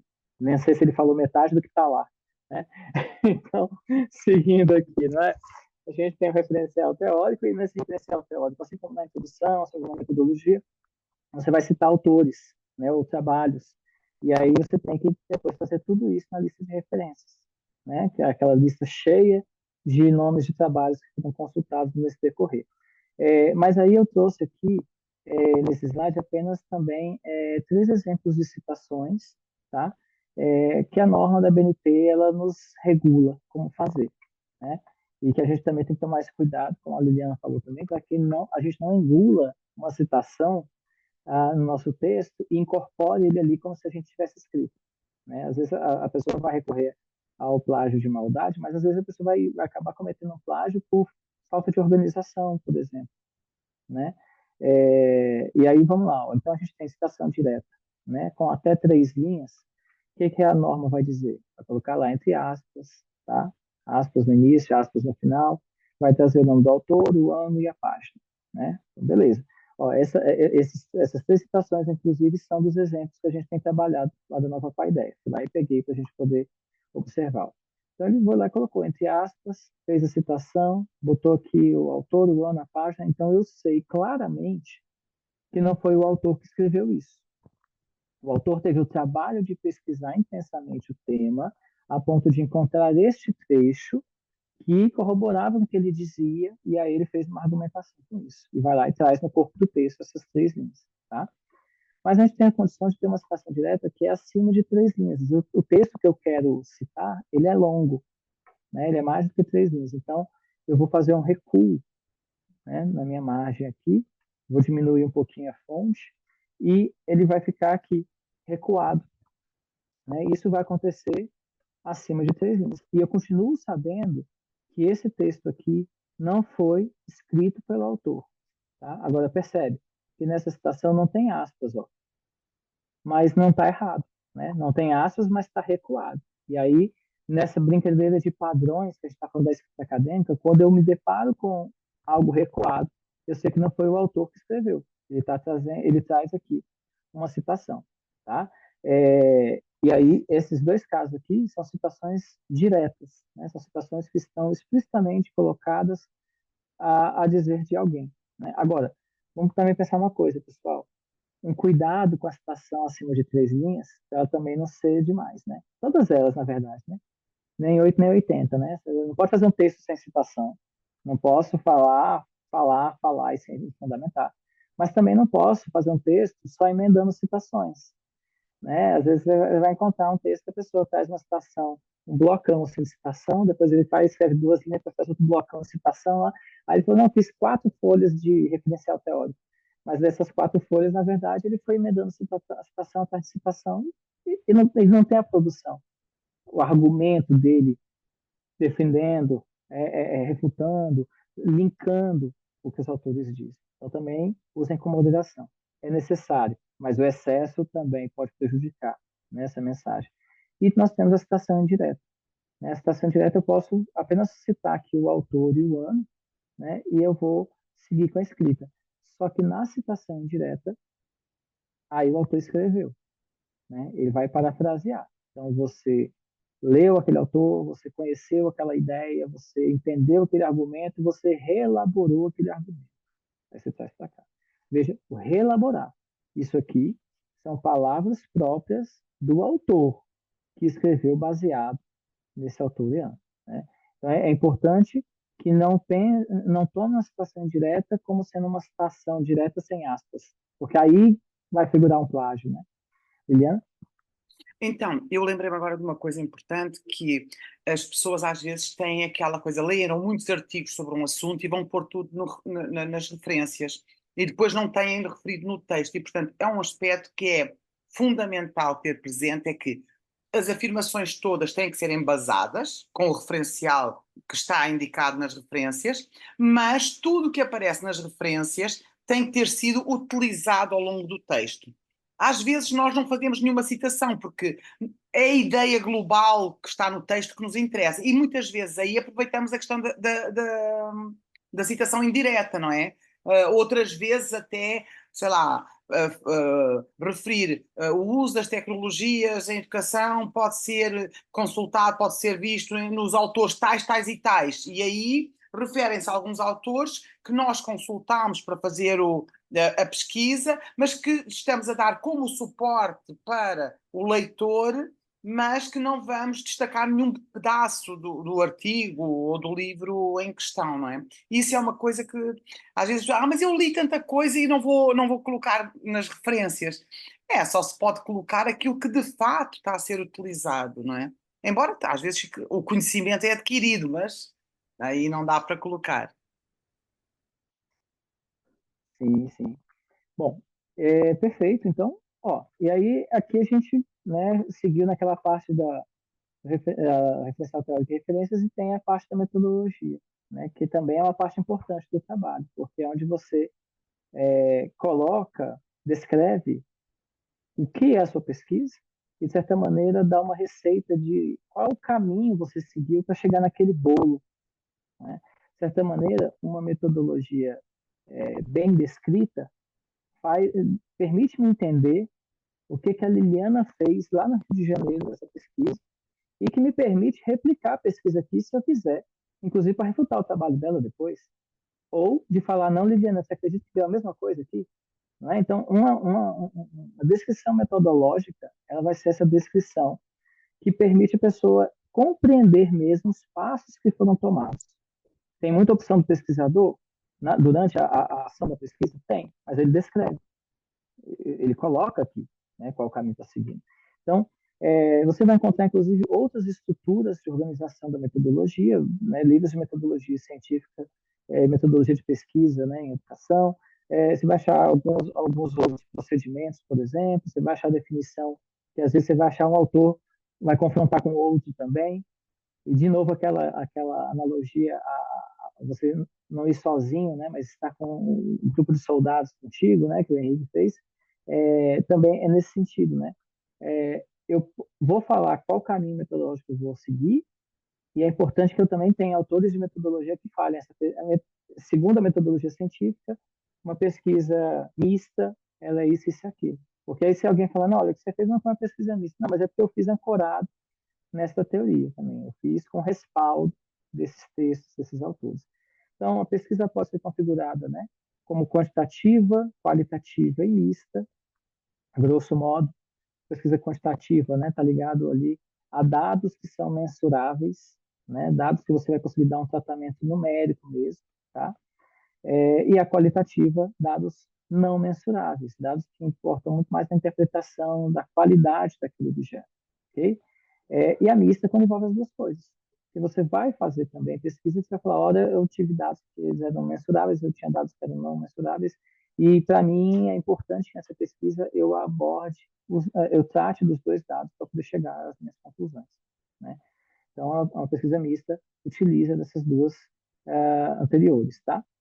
A pesquisa pode ser básica ou aplicada, né? Pesquisa básica, ela tende a ser aquela pesquisa que faz justamente para alimentar outras pesquisas, é o corpo do conhecimento. Alguns autores vão dizer que ali é a pesquisa pura, né? Que é aquela pesquisa que é feita para dar subsídio para outras pesquisas, e ali você vai avançando no campo teórico, enquanto a pesquisa aplicada, ela está mais ligada ali à aplicação daquela teoria ou daquelas práticas na realidade. Então, eu arrisco a dizer, né, que todas as pesquisas que foram apresentadas ali no encontro, por exemplo, eram pesquisas aplicadas, né, porque elas estavam justamente tratando ali de uma aplicação em sala de aula, da aplicação na escola, ou mesmo que seja da aplicação do conhecimento na formulação de políticas públicas. Tá? Então, a pesquisa aplicada, ela é, inclusive, mais encontrada nesse nosso meio, né, de pesquisa em sala de aula. Em relação aos objetivos, ela pode ser exploratória, descritiva, explicativa, né? Então, a gente está explorando o tema, ainda tem pouco referencial teórico, a gente ainda está, nós estamos buscando ali compreender bem esse fenômeno, né? Então, nós estamos ali, nos aproximando. Também é uma pesquisa que é muito comum encontrarmos, né? Nesse nosso meio também de pesquisa. Mas você também tem a pesquisa descritiva, que é quando você descreve aquele fenômeno, e ela tem mais a ver ali com menos interpretação do autor, do pesquisador, e mais análise quantitativa. Não é uma regra, mas enquanto no exploratório você tem mais interpretação, né, mais uma leitura qualitativa, na descritiva você está indo um pouco mais para o quantitativo, e a explicativa ela tende também a caminhar com as relações de causa e efeito, né, então também um pouco mais quantitativo. Mas, como eu disse, depende do autor também que você usa como referência, né, porque você vai encontrar autores que vão definir um pouco mais flexível, um pouco menos flexível cada uma delas. E os procedimentos, a gente não consegue esgotar aqui, porque tem tantos aqui e esses não são todos. Mas você vai poder falar que a sua pesquisa ela é uma pesquisa experimental, ela é bibliográfica, ela é uma pesquisa de campo, um estudo de caso. E aí, cada uma desses procedimentos, você vai ter uma caracterização. Então, quando eu for definir na minha pesquisa, no artigo, eu vou falar, olha, é uma pesquisa de abordagem quantitativa, qualitativa, mista, por isso, isso e aquilo. Vai justificar por que ela é dessa forma. Depois vai dizer que ela é de natureza básica aplicada e vai justificar porque ela é de natureza básica aplicada. Vai falar em relação aos objetivos. Depois vai falar, e qual procedimento adotou-se a pesquisa tal, que segundo o autor, e aí você vai descrever por que você está dizendo que a pesquisa que você fez, ela configura uma pesquisa de campo. Por que essa pesquisa que você fez, ela se configura a uma pesquisa participante, uma pesquisação, né? Então, se eu coloco isso aqui, eu começo a caracterizar para o meu leitor, então, que tipo de pesquisa eu empreendi. Além disso, é importante nessa sessão de metodologia falar com quem foi a pesquisa, a idade das crianças, dos estudantes, né? o ano escolar que você trabalhou, eram alunos do fundamental, nos finais, era do nono ano especificamente, era do ensino médio de forma transversal ali, mas ou era só do segundo ano, então a faixa etária era essa, era aquela, né, uma estimativa, né, em relação a isso, onde vai ter o anonimato, não vai ter, né, ou se tem o anonimato, como é que você pode caracterizar a instituição para poder a gente entender o máximo o tipo da instituição? Às vezes eu posso falar, olha, uma escola pública municipal de tantos estudantes, eu já tenho, começa a ter uma dimensão. Se é uma escola grande, se é pequena, né? Se é uma escola num bairro que tem uma boa, ah, uma boa localização em termos de tráfego, ou ela é uma localidade de mais difícil acesso, né? Então, essas coisas vão me ajudar a criar aqui na minha cabeça de que tipo de escola você está falando. E em que momento foi realizada a pesquisa. Tá? Então, na metodologia, além de caracterizar a pesquisa, você também tem que dar informações chaves sobre a sua amostra. Tá bom? E aí vem. Opa, Henrique. Matheus, só, não, pode virar o slide, é só uma questão de organização aqui da nossa reunião. A gente já está encerrando, mas talvez existam pessoas que tenham se planejado para ficar britanicamente até às 8h30, e eu sei que a Marina Cier tem um questionário que ela gostaria de passar aí, que inclusive vai servir para gerar o certificado aqui da participação na oficina. Então, Marina, se você quiser já colocar aqui no chat o questionário, a gente ainda vai concluir aqui a apresentação, mas quem porventura precisar sair rigorosamente às 8h30, não se sinta constrangido, constrangida, e desde já agradecemos pela presença. Mas para quem puder ficar uns minutinhos a mais, a gente conclui e ainda abre para algumas perguntas, se vocês tiverem. Beleza. Então, acabando mesmo, pessoal. E aí vamos para resultados e discussões, né? Que aí, finalmente, a gente traz os resultados daquilo que a gente pesquisou. Né? A gente fez uma abertura, a gente mostrou como que a pesquisa foi feita, e aí a gente, de fato, foi lá em campo, coletou os dados, e aí nós trazemos aqui, para poder falar o que esses dados nos revelam. Então, é quando eu trago elementos que vão me permitir interpretar, né, que vão me permitir elaborar, né, que vão me permitir apresentar ali os diferentes recursos. E aí eu posso utilizar gráficos, transcrições de falas, imagens das produções escritas dos estudantes, outras coisas, né? Nesse caso aí o céu é o limite, né? Depende um pouco também da criatividade, inclusive, do autor, né? Daquilo que ele acha que é importante e que vai enriquecer no seu trabalho. Então, aqui nesses exemplos também, artigos tirados lá da Nova Paideia, a gente vai ter aqui, ó, percepções. Ele trouxe aqui elementos de fala, né? Ó, a pandemia foi um desafio para os professores, tem fala. Aqui em cima tinha imagem também, né? Ele fez um esqueminha para poder sintetizar também aquilo que ele conseguiu captar. Nesse outro artigo, a gente também lá na frente, ó, a introdução, revisão de literatura, que também vai, nesse caso, fazer o papel de referencial teórico, né? Caminhos metodológicos, que é a nossa metodologia, resultados de discussão. Olha lá, ele começa a escrever, ele vai trazendo os autores também para poder fazer aquela costura, né, para não deixar estanque. Depois ele já vai começando a trazer, ó, relato do bolsista 01.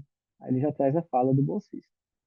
Né? Depois aqui tem outras questões aí também, ó, o caderno traz determinados elementos, bolsista 2 se manifestou, e assim por diante. Então tem falas aqui também, né? Tem atividades que foram desenvolvidas, ele apresenta as atividades, tá? E o outro exemplo aqui também, se a gente seguir bem, chega lá a parte metodológica, depois a gente vai chegando nos resultados, ó, delineamento metodológico, depois a gente vai chegando nos resultados de discussões, gráficos, que para esse autor foi importante, para aquele de outro não foi. Não é? Então, essa questão colocando. A forma de apresentar os dados e quais dados são escolhidos pelo autor no momento que ele entende que aquilo é suficiente e enriquece a apresentação das suas inferências ali, né? De defender a sua hipótese inicial, tá? Bom, e aqui, pessoal, a gente trouxe apenas a capa ali do Nova Paideia, né, que é a revista que a gente espera, né, ter uma grande quantidade de artigos aí sobre mentalidades matemáticas, né?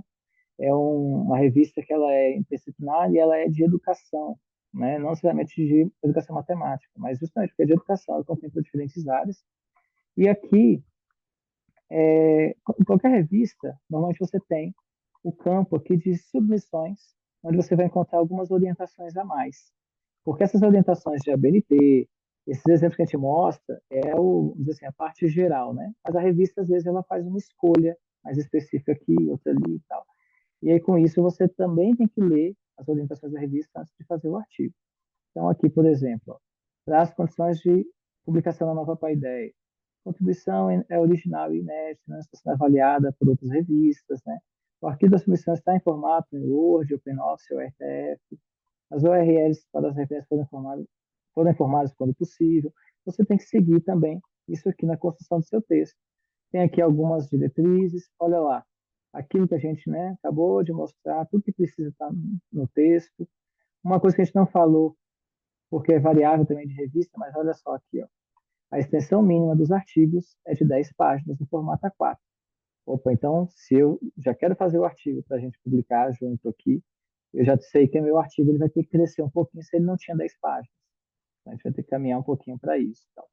Mas aqui também você vai, inclusive, encontrar o template para submissões. Toda revista não, mas boa parte das revistas, você vai conseguir achar já um arquivo ó, que já é de modelo, tá? Template. Então você vem aqui, baixa esse arquivo e já trabalha na elaboração do texto em cima desse mesmo modelo. Ele já tem outras orientações aqui também que vão te ajudar, para você ficar voltando no site toda hora, né? E aí você trabalha já nesse modelo de texto aqui, tá bom? Pessoal, então, basicamente, né, era isso, né? A gente realmente acabou ocupando quase o tempo todo, né, antes das perguntas aí, mas acho que a conversa também foi num ritmo suave, né? Acho que a gente conseguiu, pelo menos, falar com tranquilidade sobre todas as seções do artigo, né, que compõem um artigo científico e que isso é importante, né? Bom, como eu disse, então a gente ainda tem um tempinho aí para. Lili, pois não. Não, era só uma questão em relação a um cuidado que devem ter quando colocam links, e hoje em dia coloca-se muito link de internet, ver se os links não estão corrompidos. Isso é, antes de enviar para publicação, ter esse cuidado, porque às vezes a pessoa vai ver um link e passado 2 anos vai usar a referência daquele link, só que aquele link já não funciona. Então é uma coisa que é interessante, sempre que possível, confirmar se os links estão bons, estão ativos ou não, não é? E é isso. Agora, se quiserem colocar alguma questão, assim, acho que era o que o Henrique ia dizer. Podem começar. Eu espero que esta questão que o Mateus falou da metodologia do referencial teórico não tenha assustado as pessoas, porque não se pretende que as pessoas escrevam monografias sobre metodologia. A metodologia às vezes é dizer 2 linhas ou 3, quer dizer, depende. Se eu estou a fazer um relato de experiência, não tenho assim grandes questões metodológicas a colocar, não é? É diferente de uma pesquisa que eu fiz, um inquérito com os alunos sobre concepções ou sobre outra coisa, outra questão qualquer. Então, essa questão do, da metodologia não se assustem com isso, não é? Porque às vezes as pessoas ficam, ai meu Deus, eu não sei nada, eu sei muito pouco de metodologia, não é? Calma, é isso. E aí, completando também, né, Liliana, assim, o conselho pega uns 2 artigos da revista e leia também durante o processo da revista que vai submeter, né? E leia antes de avançar também na escrita dos seus, né? Porque realmente assim, uma coisa é a teoria, né, ali da escrita metodológica, né? Mas aí você pega 2 artigos que já são publicados nos números atuais da revista, você vai ver que às vezes a informação que a pessoa colocou, os avaliadores já encontraram, já acharam ser suficiente, né? É sempre bom ler artigos da revista que você vai submeter.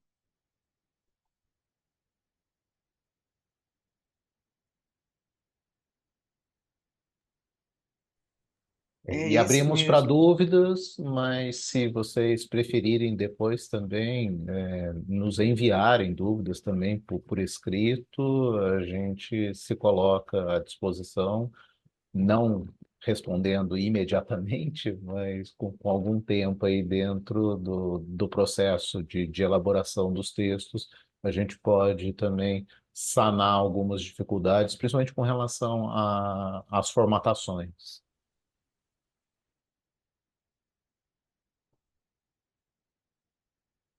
A Bruna levantou a mão aí. Sim, boa noite a todos. Vocês conseguem me ouvir direitinho? Pronto. Então, assim, eu tenho uma dúvida com relação à produção textual no sentido de não ser redundante, porque quando eu começo a ler os artigos para poder ver aquilo que o pessoal está falando, fazer embasamento, fazer referencial teórico, aí quando eu começo a escrever, eu percebo que eu estou sendo muito redundante e falando as mesmas coisas e não cria no leitor a vontade de ler, entende? Eu me coloco no lugar do leitor e eu percebo assim, mas tantas pessoas já falaram sobre isso, por que que eu também falaria sobre isso? Em contraponto, eu também percebo que existe muita coisa que algumas pessoas, que autores não falaram ainda, que eu gostaria de falar, mas aí eu fico sem ter referencial teórico. Então, eu fico nesse limbo aí entre ser repetente ou falar de algo que ninguém nunca falou, entendeu? Aí eu paraliso, não faço nada. Então, eu não sei se alguém já passa ou passa por isso, mas a minha dúvida é essa, como não ficar nesse meio termo aí. Obrigada. Eu posso dar uma ideia à Bruna, quando tiver assim essa coisa, tenta procurar alguém que esteja em sintonia com as suas ideias. Às vezes tem uma palavra-chave e você faz uma pesquisa breve e encontra quase de certeza, como diz o outro, já está tudo inventado, não é? Alguém que já falou sobre isso, utiliza uma ou duas palavras-chave sobre o tema e filtra o referencial teórico. E pode ser que as suas ideias, com o suporte teórico de alguém, consiga trazer inovação, porque também nós estamos aqui, há muita gente que traz inovação, não é? Traz outro ponto de vista, porque muitas, eu entendi o que disse, porque às vezes, de fato, começa, parece que é um mantra, não é? Andamos ali assim em ciclo, isso também não se quer, nós também não pretendemos isso. Mas, por exemplo, agora referindo à questão das mentalidades, nós, hoje em dia, quando falamos em mentalidades, podemos falar nas mentalidades como prática de sala de aula, e nesse aspecto, nesse contexto, existe um manancial de possibilidades, porque cada experiência de cada um é um momento diferente, não é? E até a experiência que um faz e o outro faz, da mesma atividade, um pode ter um tipo de comportamento por parte dos alunos e outro. Então, dá para fazer muita coisa.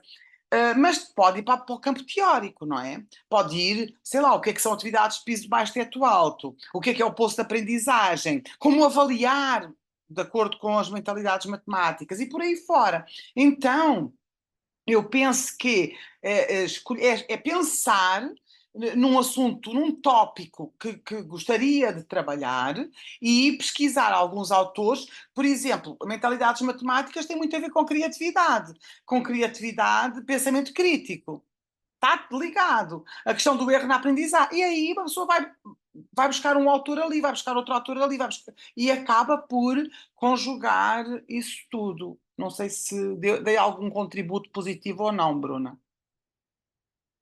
Minha sugestão nesse sentido também é nos aproveitarmos da comunidade. Nós somos uma comunidade pesquisadora e a gente pode se aproveitar das nossas parcerias também para fazer uma leitura crítica, para dar sugestões, para dar orientações. Então, entrar em contato com pessoas que já pesquisam um pouquinho mais sobre esse assunto. Às vezes, quando a gente está já no ambiente acadêmico, isso já se constrói com mais naturalidade. Então, para quem aqui eventualmente está fazendo um mestrado ou um doutorado, já tem o seu orientador ou a sua orientadora que já faz esse papel. Mas para quem não está no ambiente acadêmico, para quem está na sala de aula, às vezes pode se sentir numa situação meio solitária de que eu tenho que fazer tudo sozinho. Não, não é verdade. Nós estamos aqui em comunidade, né? E qualquer dúvida, qualquer questão, você deve trocar com as outras pessoas, porque nessa conversa pode, por exemplo, Bruna, você perceber que aquilo que você acha que já está sendo muito falado seja uma total novidade para essa outra pessoa. Então, no mínimo, você já encontrou alguém que seria um potencial leitor para um texto que você vai escrever. Então, vamos tentar sair dos nossos casulos, das nossas conchinhas de produção solitária e entrar mais numa produção solidária. Henrique, no chat tem uma pergunta do Rodrigo Souza. Podes dar uma. Ah, claro que sim. Eu vou ler, caso alguém não esteja com facilidade aí ao acesso ao chat. Né, o Rodrigo, ele fala que algo que possui muitas dúvidas é com relação a resultados e discussões de uma revisão sistemática de literatura. E pergunta como que é a estrutura dessa parte do artigo. Matheus, quer comentar alguma coisa especificamente nos moldes do Nova Paideia? Sim, assim, a revisão de literatura, no caso, algumas revistas acabam colocando ali depois na introdução e tal, e no final das contas ela está propondo que você faça o seu referencial teórico, né? No final das contas é uma revisão dessa literatura que abarca ali, que fundamenta a sua pesquisa. Mas eu estou entendendo também que o que o Rodrigo traz é na perspectiva de uma pesquisa bibliográfica, né? Eu imagino que então, é na ideia de você fazer uma pesquisa que ela é a partir da pesquisa, da busca sistemática por textos que falam de determinado tema, né?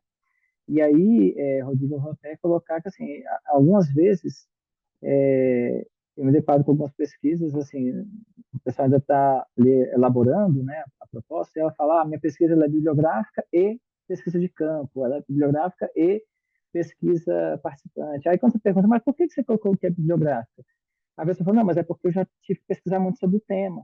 Né? Eu falei, mas se você vai pesquisar sobre o tema para compor o seu referencial teórico, você está fazendo, na verdade, uma parte que já é própria da pesquisa. Eu preciso pesquisar, eu preciso me apropriar daquelas teorias, daqueles fundamentos, para daí fazer uma sessão que me permita avançar naquela outra parte.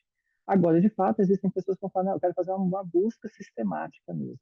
Aí eu te pergunto, quais são os critérios que você adotou para selecionar esses textos?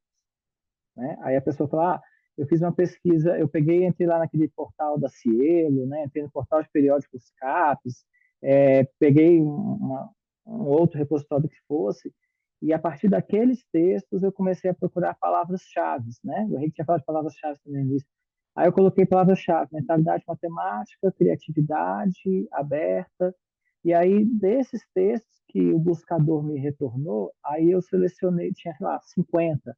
Dos 50, eu li os resumos e separei apenas aqueles que se ligavam ao ensino fundamental.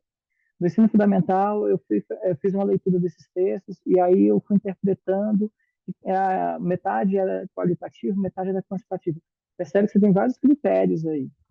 Então, se a revisão ela é sistemática, se você está com o objeto de pesquisa, essa busca de trabalhos, vamos dizer assim, de textos, então, na sua metodologia, você vai ter que colocar quais são os critérios adotados para selecionar aqueles textos, e nos resultados das discussões, você vai falar os resultados que você obteve cada vez que você seguiu aquele critério no decorrer do uso do buscador.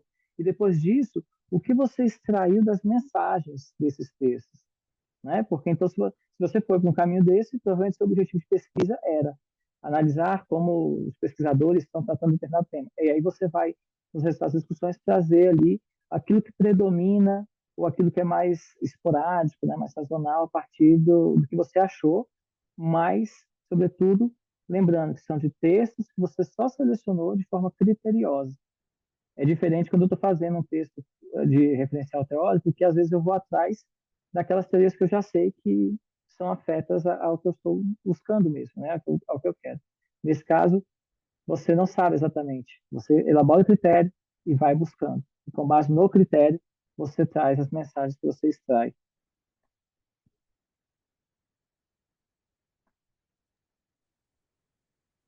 Rodrigo, também, aí você se manifesta aí, Rodrigo, se você achar que não tiver contemplado também a pergunta, a gente tenta... Ah, beleza. Mais uma informaçãozinha aqui também, em virtude do nosso tempo já ter avançado um pouco mais, fazer um lembrete de que nós temos o prazo da primeira submissão no dia 15 de março. Então, até o dia 15 de março, vocês podem fazer essa primeira submissão. A gente está chamando de primeira submissão para que a gente possa também ter uma noção da quantidade de artigos para compor esse número temático da nova paideia de trabalhos que foram apresentados no primeiro encontro de mentalidades matemáticas. Então, para quem já está com o trabalho encaminhado, agora é dar esse refinamento ou a ampliação aí para passar pelo menos daquelas 10 páginas que o Matheus comentou, que é o mínimo, né? E enviar o artigo. E já respondendo ao Rodrigo aqui, o quanto que deve ser enviado, você já vai mandar o artigo completo com todas essas informações, e ele será revisado por colegas que fizeram parte da comissão científica do encontro de mentalidades matemáticas, e havendo necessidade, nós vamos convidar outros colegas também e outras colegas a fazerem parte desse grupo de revisores, para que depois a gente possa dar uma devolutiva de pequenos ajustes que ainda deveriam ser feitos, para que venha de novo o trabalho corrigido, e aí sim a gente ter uma publicação bem bacana dos trabalhos que foram apresentados e agora convertidos aí nessa modalidade de artigo.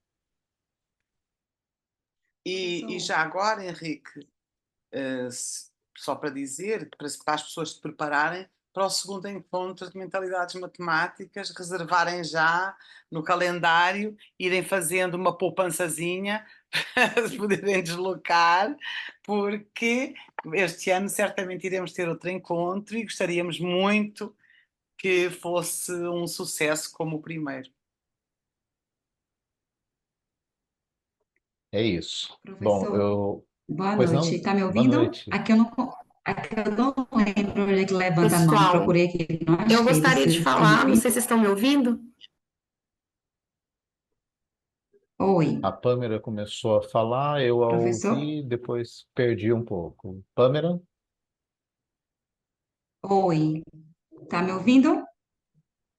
Ouvimos sim. Oi, professor? Sim, estamos ouvindo. Ah, a minha dúvida, boa noite. A minha dúvida é sobre a quantidade de escritores, porque quando eu levei a proposta para o encontro, eu fui sozinha, mas eu tive a escrita com mais dois parceiros, né? Eu queria saber se eles dois também fazem parte, como é que vai funcionar. Sim, nesse caso a coautoria vai aparecer, inclusive, logo no início ali do texto, você vai perceber que tem um espaço para colocar o nome de todas as pessoas que são autoras. Mas dos três, digamos que dos três, só dois optarem por permanecer. Pode também, né? Não tem problema. Pode. Quando submete, em princípio, já deve submeter com os coautores que estão, não é? Em princípio, deve ser, Estão trabalhando junto com não é? você. Já decidido, não é? Sim. Pronto, prontinho, Tá? obrigada. E esse Havia ano eu vou outra. levar cocada de cacau para todo mundo, viu? Que Ah, rolou cocada de está cacau no prometido, está encontro. prometido. Eu creio que era a Débora que A queria falar Débora, há isso. pouco. Eu creio que era a Débora. Pessoal, é bem rápido, né? Eu só queria parabenizar a iniciativa, porque assim, a gente que está na sala de aula todo dia, já passou da graduação do mestrado, a gente acaba dando uma enferrujada, né? Nessas questões. E a gente não se sentir sozinho, a gente ter um grupo de apoio, eu acho que é muito importante para incentivar a gente nessas publicações. Porque, como o Henrique falou, a sala de aula ela é um laboratório. Então, a gente está pesquisando todo dia, a gente tem ideia todo dia, mas a gente não consegue parar, colocar isso no papel, escrever e publicar. Então, às vezes, eu sinto que as publicações elas ficam muito restritas às universidades. Então, a gente que está ali na sala de aula, a gente não consegue, às vezes, por falta de tempo e por falta de um auxílio mesmo. Então, eu acho muito importante a gente ter ações como essa de hoje. Agradeço. Obrigado, Débora, pela sua avaliação e justamente tanto o encontro como agora a produção da revista e já a preparação para o segundo encontro é para que a gente não se distancie, né? Para que a gente consiga manter essa comunidade aqui ativa e colaborativa também, né? Tudo que a gente puder fazer para aprender mais com as outras pessoas vai ser bem-vindo.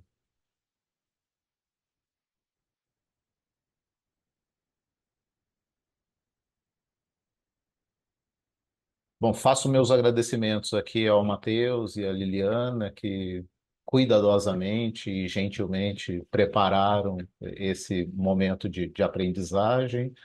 Reforço os nossos agradecimentos ao Instituto Siddhartha também, que garantiu toda a estrutura de comunicação e o apoio aqui na pessoa da Marina Fausto, né, e da Marina Cier. A Marina França também estava aqui nos apoiando e desejamos excelente trabalho de escrita de artigos para todo mundo, junto com todos os outros trabalhos que certamente vocês já fazem na sala de aula, na família, na comunidade, mas acrescentem aí, pelo menos até o dia 15 de março, mais esse compromisso de escrever o artigo para que a gente tenha realmente uma demarcação de que é uma área de necessária pesquisa.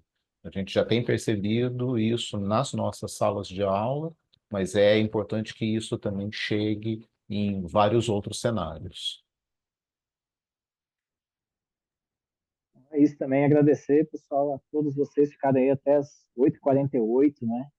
Então, agradecer a parceria de todos, de todas, e que tenhamos aí muitos textos para a gente poder ter um volume temático aí bem significativo, especial, né? Acho que vai ser o primeiro, e isso é o primeiro de muitos, né? Então, assim, vamos, como o Henrique colocou também, só fortalecer realmente a parceria.